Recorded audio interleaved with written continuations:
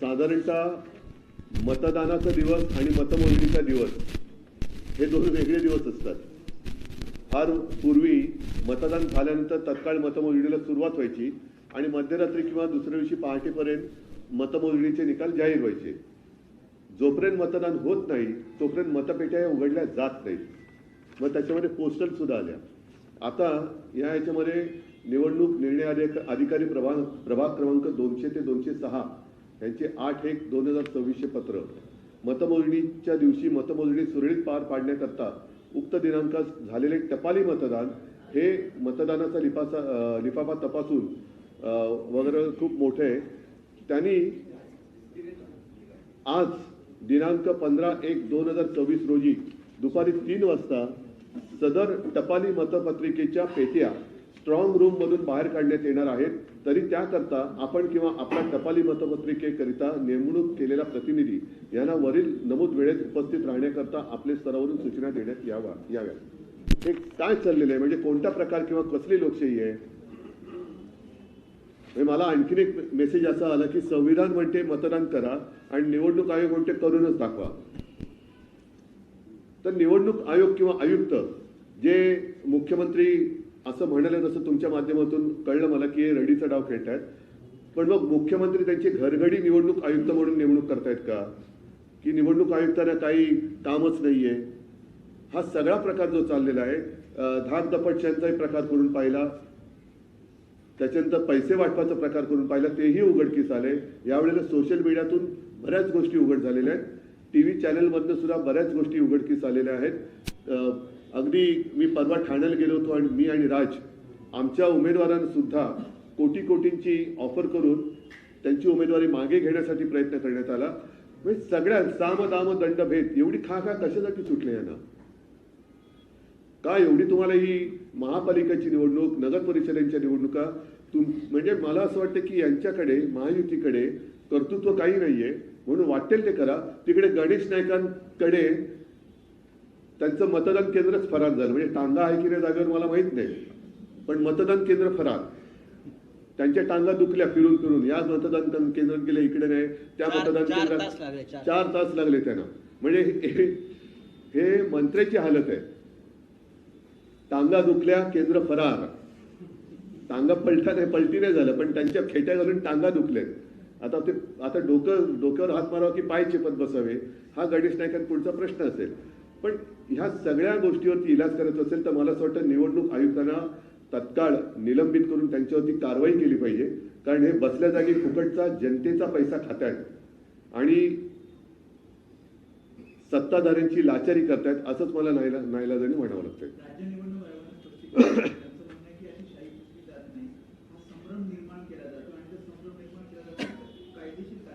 बरं, आता मी सांगितलं की ते काय त्याचं नाव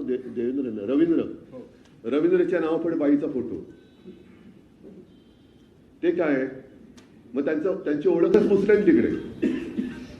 गणेश नाईकांचं मतदान केंद्र फरार आहे. अनेक ठिकाणी काय ठिकाणी म्हणजे ठाण्यामध्ये मला अशी तक्रार आली की तिकडे कोणी मार्गदर्शन करायलाच नाहीये कोणाचं मतदान कुठे आहे. त्याच्यानंतर आता मी तुमचीच बातमी दाखवली ना की सरळ भाजपच्या उमेदवारांच्या नावाच्या पाट्या तिकडे केंद्रामध्ये. त्याच्यावरती काय उत्तर त्यांचं? सर्वच ठिकाणी सर्वात जास्त गोंधळ जो आहे याच निवडणुकांमध्ये सर्वात जास्त पाहायला मिळाला. काही ठिकाणी मतदारांचे नावं मिळत नाहीयेत, काही ठिकाणी बूथ मिळत नाहीयेत. कुठं मतदान मागच्या वेळी जिथं मतदान केलं होतं त्याचं मतदान दुसरीकडे झालेलं आहे. हा गोंधळ सर्वात जास्त यावेळी जास्त पाहायला नाही. हा लोकशाहीचा खून करण्याचा प्रकार आहे. म्हणजे ह्याला मोदींना जे 1 नेशन 1 इलेक्शन पाहिजे ते एवढ्याचसाठी पाहिजे की एका वेळेला सगळीकडे गोंधळ घालून काही वाटेल ते करा पण सत्ता काबीज करा. आणि तुम्ही जे म्हणालात ना की या निवडणुकीत ती चढती बाजवी आहे. लोकसभेच्या वेळेला कळलं, विधानसभेच्या वेळेला आणखीन कळलं. त्याच्यानंतर दुबार मतदारांचे आम्ही गठ्ठेच्या गठ्ठे हे त्यांना दिले. त्याच्यानंतरही आज देखील काही ठिकाणी दुबार नोंदणीची नावं आमच्या लक्षात येत आहेत. काही ठिकाणी या ओळख बदलांचा चाललेला आहे. काहींची मतदान केंद्र गायब आहेत. शाही पुसली जाते. म्हणजे ही शाही, बोटावरची शाही नाही, लोकशाही पुसली जाते. शाहीच्या मुद्द्यावरती इलेक्शन कमिशननं असं म्हटलं की 2011-12 पासूनच असा निर्णय आला होता आणि जरी समजत आहे 11-12 पासूनच हा निर्णय आला होता. काय शाही पुसायचा? Founder of a business in Asia, McCann, who needs to settle payments from an e-commerce store in the US to pay suppliers in China and Vietnam. मतदान करता येणार नाही. असं खात्रीपूर्वक कसे सांगू शकतात ते? बरं, ज्या ठिकाणी दोन वेळा ज्यांचं नाव नोंदलं गेलेलं आहे तिथे ते हमीपत्र घेणार होते. अशी किती हमीपत्र त्यांनी आतापर्यंत घेतलेत? सर एक मिनिट. मुख्यमंत्री देवेंद्र फडणवीस असतील किंवा भाजपचे इतर नेते आणि शिंदेचे, शिवसेनेचे सुंदर शिंदेचे शहासेना, हा बरं ते असेल तर त्यांच्या सगळ्यांच्या नेत्यांचं असं म्हणणं की कालपासून तुम्ही दोघेही म्हणजे तुम्ही आणि राज ठाकरे हे दोघेही जो सूर लावताय तो पराभवाची मानसिकता दिसते. तुमचा पराभव होतोय. पराभव नाही, त्यांचं कुभांड जे आहे ते आम्ही फोडतोय. नाहीतर आम्ही एवढे ताठ मानेने त्यांच्यासमोर उभे राहिलोच नसतो. त्यांचा जो काही एकूण दरोडा घालण्याचा प्रयत्न आहे तो आम्ही वेळोवेळी लोकांसमोर आणतो आहोत. मग ते दुबार मतदार असेल, धाक दपटचे असेल, पैसे वाटताना त्यांचीच लोक पकडलेत, त्यांनी एकमेकाची लोक पकडलेत. पराभवाची कारणं तुम्ही तयार होताय असं त्यांचं त्यांच्या पराभवाची कारणं, कारण ते हारलेले आहेत. देवेंद्र फडणवीस आणि त्यांची सगळी चोर कंपनी ती हारलेली आहे. हारलेल्या मानसिकतेमुळे त्यांना हे असले गैरप्रकार करावे लागतात. नाहीतर जा ना लोकांसमोर, जसे आम्ही जातो तशी. काही ठिकाणी मंत्री एका सोसायटीची दुसऱ्या प्रभागाच्या मतदार यादीमध्ये नाव आहे. म्हणजे त्या उमेदवारांनी एकंदरीत नुकसान होत आहेत असं एकंदरीत दिसतंय. काही नाही, ते कळलं. शेवटचं काय बोललात? ह्या यादीतले त्या यादीत समजून घ्या 193 मतदार आहेत. त्यांचे 193 मध्ये नाव गेलंय तरी त्या 192च्या उमेदवारांचे एकत्रितच नुकसान. उमेदवारांचं भवितव्य नंतर, पहिलं मतदाराचा अधिकार. मी जे म्हटलं ना की संविधान म्हणते मतदान करा, निवडणूक आयोग म्हणते करूनच दाखवा, असा हा प्रकार आहे. म्हणजे हा संविधान विरोधी निवडणूक आयोग आहे. त्याच्यामुळे आयुक्तांवरती तर कारवाई झालीच पाहिजे. आणि त्यांचा संपूर्ण स्टाफ हा रोज काय करतो ह्याचा आता छडा लावावा लागेल. कारण हे बसल्या जागी पगार खात आहेत. त्यांच्या कार्यालयात आता राजकीय पक्षांचे प्रतिनिधी नाहीतर आम्हाला ठेवावे लागतील आणि तुमचा रोजचा लेखाजोखा हा जनतेपुढे आणावा लागेल. आज काय केलं? नुसते बसतायत, काय करतायत? एवढ्या वर्षानंतर सुद्धा, एवढे दिवस होऊन सुद्धा तुमच्याकडे साधी नोंदणी नाहीये मतदारांची. आपण कोर्टात जाणार काय? नाही, कोर्ट वगैरे सोडा, आजचं काय करायचं? कारण हा प्रश्न त्यांना काय माहितीये की पुढे काय कोर्टात गेले की 4-5 वर्ष चालू आहे आपलं. साहेब, राज्य निवडणूक आयोगावर कारवाई करायची का बीएमसी आयुक्तांवर? कारण की मुंबई ते मी पूर्ण आयोग म्हणतोय. जर याच्यात आयुक्तांची जबाबदारी असेल तर आयुक्तांवरती पण झाली पाहिजे. मुंबई इलेक्शन ऑब्व्हियसली बीएमसी असेल. ते जे आयोग असतील, आयुक्त असतील, त्या आयुक्तालयाची माणसं असतील, जे कोणी असतील, मग त्याच्यात महापालिका आयुक्त असतील तर त्यांच्यावर सुद्धा, निवडणूक आयुक्त असतील तर त्यांच्यावर सुद्धा या सगळ्यांवरती कारवाई झाली पाहिजे. कारण तुम्ही लोकशाही मारता. शाही प्रकरणामध्ये महापालिकेचं असं म्हणणं आहे, हा जो संपूर्ण पीठ येतो मतदानाच्या प्रक्रिया लावण्याचा तो राज्य निवडणूक आयोगाकडून आलेला आहे. मग आता यांना उत्तर द्या ना तुम्ही, जे त्यांनी आता मला प्रश्न विचारला. मंगल प्रभात म्हणतात की 150हून जास्त जागा आम्ही जिंकल्या. ते सोडा, आजचं पहिलं मतदानाचं बोला. मी आतापर्यंत अनेक निवडणुका पाहिलेल्या आहेत आणि तसे अनुभवलेल्या आहेत. पैसे तर वाटलेले आहेत, चांदीची नाणी पण वाटलेली तो एवढा आला कुठून पैसा? वॉशिंग मशीन वाढलेले आहेत. वॉशिंग मशीन समजू शकतो, ते भाजपचं आहेच. मिक्सर पण वाटले. हो, मिक्सर पण वाटले. सगळ्या भ्रष्टाचारांना मिक्सर मध्ये टाकून मिक्स करतात भाजपमध्ये. त्याच्यामुळे त्यांनी मिक्सर पण वाटले. पण मिक्सर जरी वाटले, वॉशिंग मशीन जरी वाटली, तरी जनता शून्य आहे. ते हे सगळे खडे आपल्या तांदळातले ते उचलून फेकल्याशिवाय राहणार नाही. तुम्ही आधी निवडणूक आयोगाच्या विरोधात मोर्चा काढला होता, तुम्ही भेट घेतली, पण आता ज्या पद्धतीनं चित्र दिसत आहे, खरंच निवडणूक आयोग झोपले असं वाटतं? झोपेचं ढोंग करते. साहेब, स्वतः तुम्ही मतदान केलं का? मगाशी तुम्ही मतदान केलं, तुम्ही दावा करताय की शाही जाते.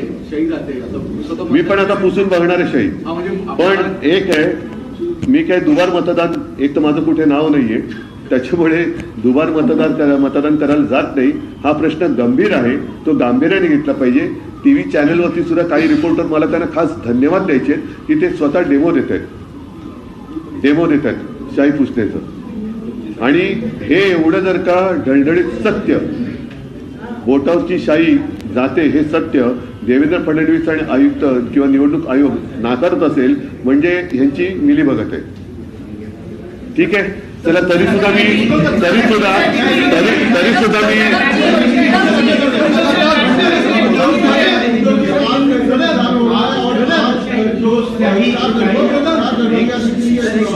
आपने कार्रवाई करने की मांग की है, क्या क्या गड़बड़ी हो रही है और किस लिए इस पर कार्रवाई होनी चाहिए?